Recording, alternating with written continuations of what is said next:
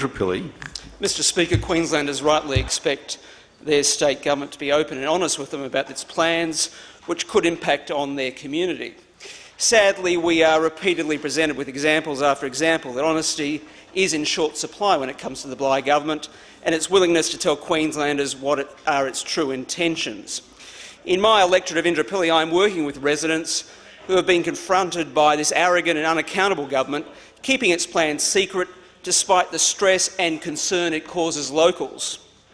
For instance, in Chelmer, the state government has secretly purchased land on the corner of Oxley Road and Richardson Street.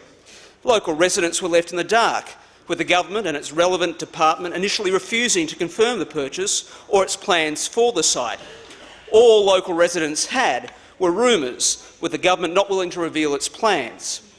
Through my office's efforts, I have now been able to confirm that the Department of Emergency Services has bought the land as a site for a possible ambulance station, although it won't say when or if it will be built. Locals living near the site, which is a low-density residential area, have expressed their concern about the impact of such a use for this land. The state government should come clean on its plans and immediately begin appropriate community consultation.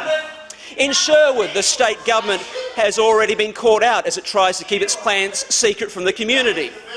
The Alan Fletcher Research Station in Magazine Street is a 6-hectare parcel of land on the banks of the Brisbane River, which will be left vacant when the station relocates to Dutton Park in 2011.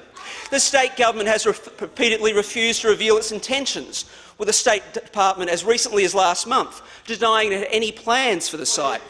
However, the state government has been caught out because while on one hand the government department says there's no plans for the site and the state government refuses to discuss the future of the site with locals, in a submission to the Brisbane City Council it says it's looking to convert the site into a major sporting precinct.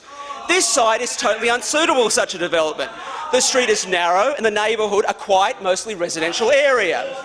The government even admits in its submission that the sports proposal will cause major problems for locals, warning that potential impacts on surrounding residents will need to be managed. It is now obvious to locals why the state government is intent on keeping its plans secret. I've called for the government to preserve this area as green space and parkland, which would enhance the suburb. Instead, the government appears intent on ruining the area.